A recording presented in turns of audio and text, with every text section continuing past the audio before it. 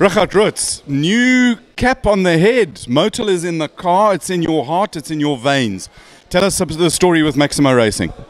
Yeah, you know, without Peter being able to help us and with the logistics and all that, it was getting a bit much for me and Steve. So we're very lucky to get back drafted into the Maximo Racing squad. And yeah, it's amazing, great bunch of guys, and I think we can all help each other, and the more the better. I think there's also a scheme here because you're a bit of you're a legend in your own lifetime. In your own lunchtime, but you also are a technical boffin, and along with Steve, you guys can make racing cars go faster. Yeah, and I think we complement each other a lot. You know, I'm more worried about making things look pretty, and he's more worried about making things look right. So between the two of us, I think we'll make it go and look pretty.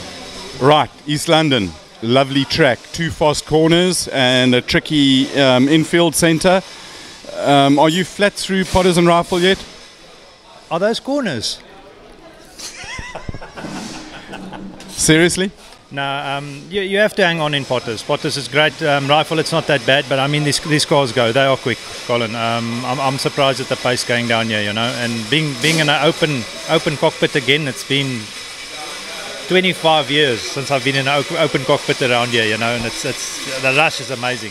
But it gives you an amazing feeling being out in the wind. You get the wind moves you around a little bit, and it's a very sensory experience with the roar of the car as well. 100%. And the best part is if you lock your front tires, you smell it. If you lock your back tires, you hear it. So that's how you adjust your bias.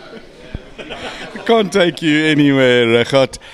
Okay, so seriously, you come in as you and the Stian, Robin, Creel and Chrissy Vey's team come in as probably the fastest of the guys, but you're not the winningest.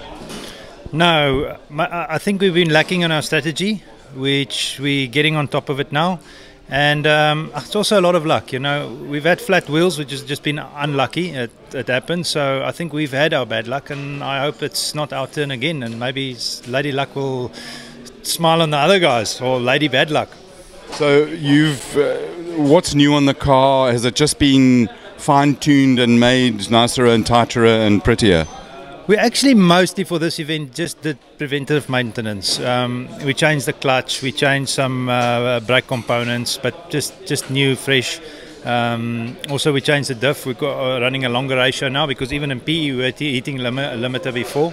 And with a longer ratio the car, it's great to drive. In PE we were using 4th gear and we used 3rd once. At least now we're using 3rd, 4th, 5th. It's working in there, paddling around, you know? But that's half the fun. It's great having a professional wheel changer with you as well. Yeah, especially if he keeps blocking the camera screen. But you know, Steve is so pretty that Steve, do you want to stand a little bit back and Steve, give them a smile, Steve.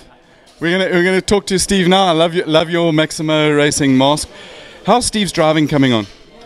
Yeah, he's learning. You know, I might by the second session take the training wheels off for him, but no, he's doing well. He's doing well. Right. Plan for the race. What's going to happen? Plan for the race. We want to try and get the car, obviously, quick, but it must look after its tires. It must look after its brakes. We're doing fuel consumption runs, so we can change our strategy a little bit, see how we can stretch it. But at the end of the day, the safety car plays a big role. And I think it's how you manage and how you handle the safety car. And there's a bit of luck in there as well. And also being super prepared for and having knowing where your window is. And, you know, if we go to European racing, the GT4 or GT3 racing, they say when a safety car comes, you pit full stop. It's almost like, and you have to be ready because sometimes there's very little notice, is there?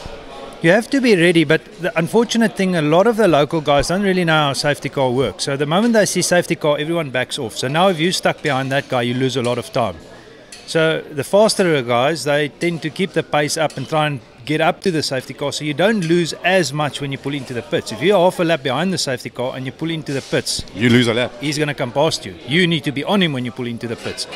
So I think the guys will still learn, but you get hell of anxious sitting in the car and the guys are going too slow and you're like, hey, we need to catch up, you know, and everyone just sits back. Have you thought of that rule that says that if the guy clearly seems to have a problem and he can't catch up, you can go past him, but isn't it a bit risky?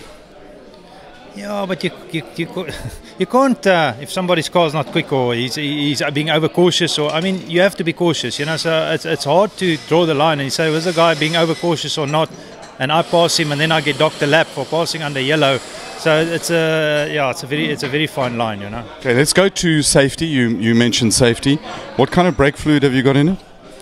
Motul, Which one? the racing fluid, love it. And what kind of diff oil have you got? Motul gear oil.